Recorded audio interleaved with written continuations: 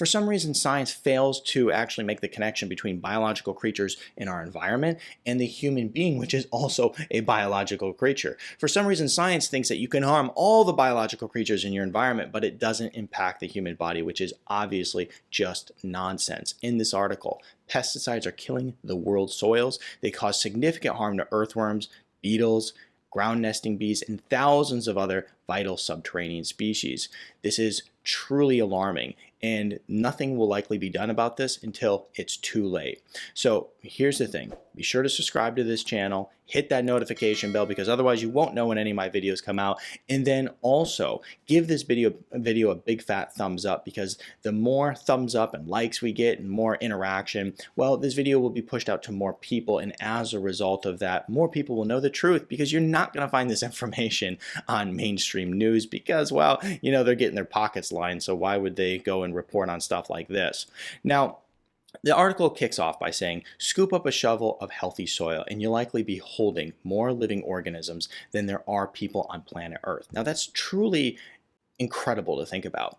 And when you think about this, you have to realize how this is associated back to the human body, right? Because we have many of these different organisms living on our skin, in our body, and they keep us healthy. They're very important. One of the reasons that many people have to take probiotics today is simply because, or let me just say most people should take probiotics today, is because we're not getting the organisms from our food, right? Back in the day, you went out in your garden, you actually ate from the earth. Well, most people are buying from the grocery store. I say most people as if there's like a significant amount of people living off the land. Okay, everybody's pretty much buying from the grocery store. And with these different foods you're getting there, they're covered with pesticides, they're covered with cleaning agents by the time you eat them, and you're not getting these really good organisms that are good for the human body. And so it's very important to make sure that you're getting them in, and that's like through the way of probiotics. I'll put some resources in the description to the probiotics that I use daily. Now, in this article, as they go on, one of the things that they look at is, like citizens of an underground city that never sleep, tens of thousands of subterranean species of invertebrates, nematodes, bacteria, fungi are constantly filtering our water, recycling nutrients, and helping to regulate the Earth's temperature. But beneath fields covered in tightly knit rows of corn, soybeans, wheat, and other monocultural crops, a toxic soup of insecticides, herbicides, and fungicides are wreaking havoc, according to a newly published analysis in the journal Frontier in the Environmental Science. Basically, what they go on to say in here is they went and they did a study, and one of the largest study that's looking at the 850 pesticides that are all approved to be used in the US. And what they basically found is that the majority, just over 70% of those experiments with the pesticides were found to harm the organisms that are critical to maintaining healthy soils, and harms that currently are never considered in the EPA's safety reviews. Now, here's the thing that just drives me crazy about governmental regulatory bodies and just in general the EPA. They pitch a fit over fossil fuels, right? They pitch a fit over these very minute details that don't mean an enormous amount, right? But yet they allow literally chemicals to be spewed all over our food, into the ground, going through the groundwater. People are drinking this. They allow for this. Okay, now I know that some people go, no, fossil fuels are far worse. I would argue that. And you can put in the comments below what you think about that. However, fossil fuels may long-term cause some problems, but the enormous amount of chemicals that they deem as safe are literally destroying people's lives in the now.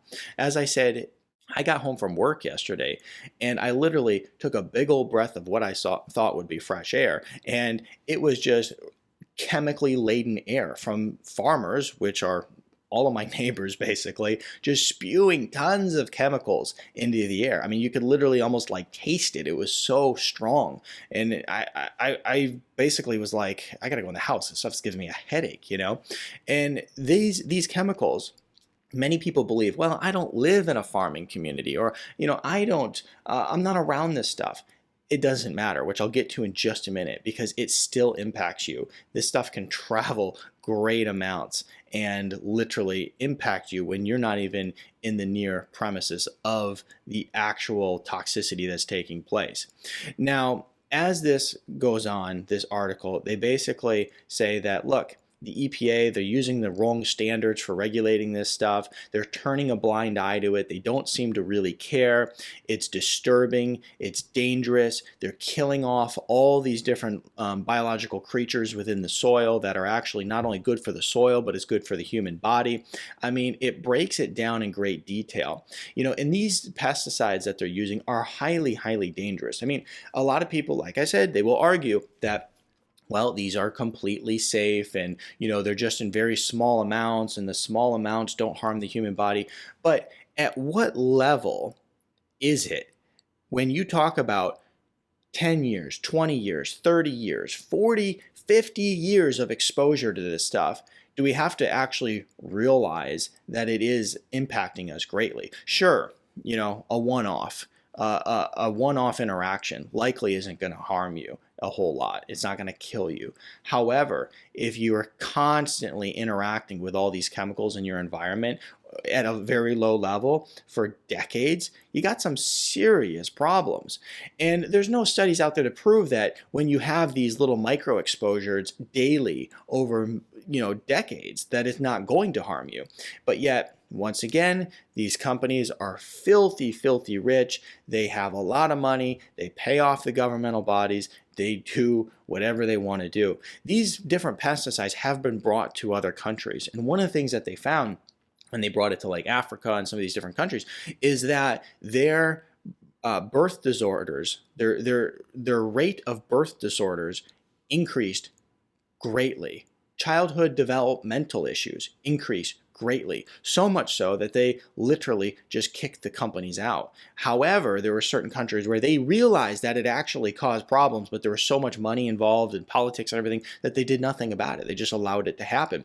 But one thing I can tell you is this stuff is dangerous and is not good for not only the biodiversity of the actual ecosystem in the soil, but also the human body. So anyway, you know, this article basically concludes that many of these companies are going in and claiming they're doing greenwashing, where they're claiming they're doing God's work and actually improving the quality of the soil, and even though the pesticides are being used. However, the studies show the opposite.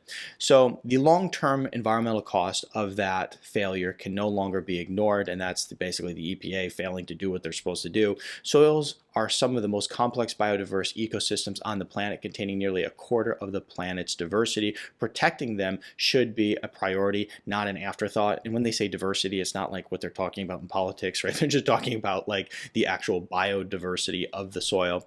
Our research indicates that achieving this will require that we face the task of reducing the world's growing and unsustainable addiction to pesticide-intensive agriculture. And it will require that the EPA takes aggressive steps to begin protecting the health of our soil by addressing the well-documented harms of the pesticides to our long-overlooked subterranean species. Like I said, I don't think anything will be done until it's too late. You're going to look at the soil and go like, it's all messed up. It's all toxic. It's all gross. And like I said, most people will go, well, you know what, this doesn't affect me. I live far away from this stuff. I don't care. Wrong. Actually, this is pretty interesting. There is article that just came out, Michigan Live, a Michigan news-based type of situation, and the article is labeled, "It's literally raining PFAS around the Great Lakes," say the researchers. Now, if you're not familiar what this is, it's basically a grouping of chemicals, over 3,000 different chemicals that are considered forever chemicals that just don't go away. Now, well, we'll get to some of them because most people go, oh yeah, well that's Michigan, not a problem. Or, you know, these are chemicals that I don't have in my life. I can tell you this is not far from home. It doesn't matter where you are in the world or where you are in the country of the USA, this isn't far from home. Cleveland, Ohio. Rain that fell on Ohio this spring contained a surprisingly high amount of toxic forever chemicals known as PFAS, according to the raw data from a bi-national Great Lakes monitoring program that track airborne pollution. What this article goes on to say is that networks in Illinois and Michigan and many of these different states surrounding the Great Lakes are finding that this is happening. And the other thing that is crazy about it is that they're finding these chemicals in places where these chemicals we're never at. So therefore, it means that it's being picked up, traveling through the air, and then being dropped through the rainwater. And that's how they're detecting some chemicals in places that they're like, this is a forest, or this is a place that chemicals should have never been exposed to, or we know for a fact chemicals were never here.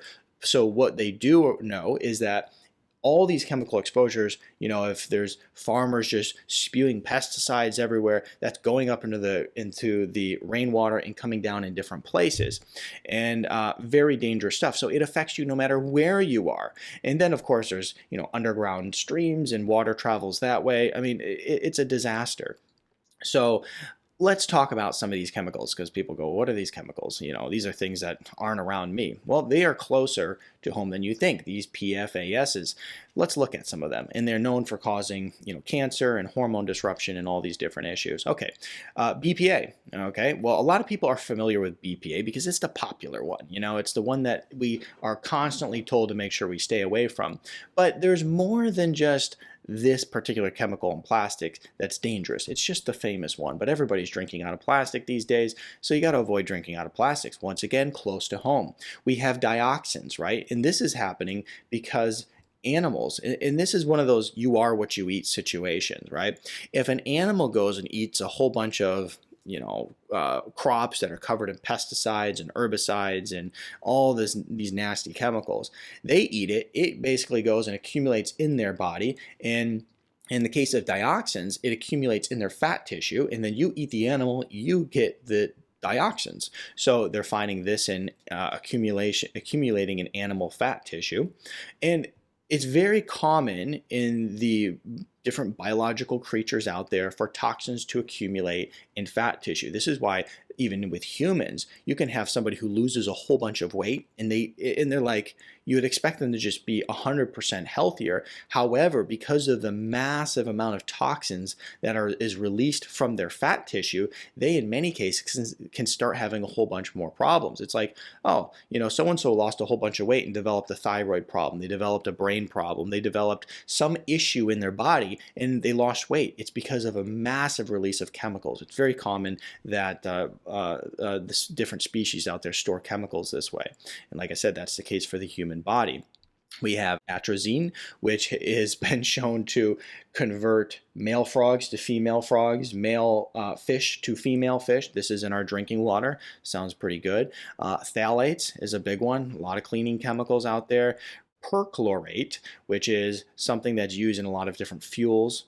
And then we have fire retardants, which is literally covering everything in your home, your carpet, your clothing, everything, your beds, your mattresses.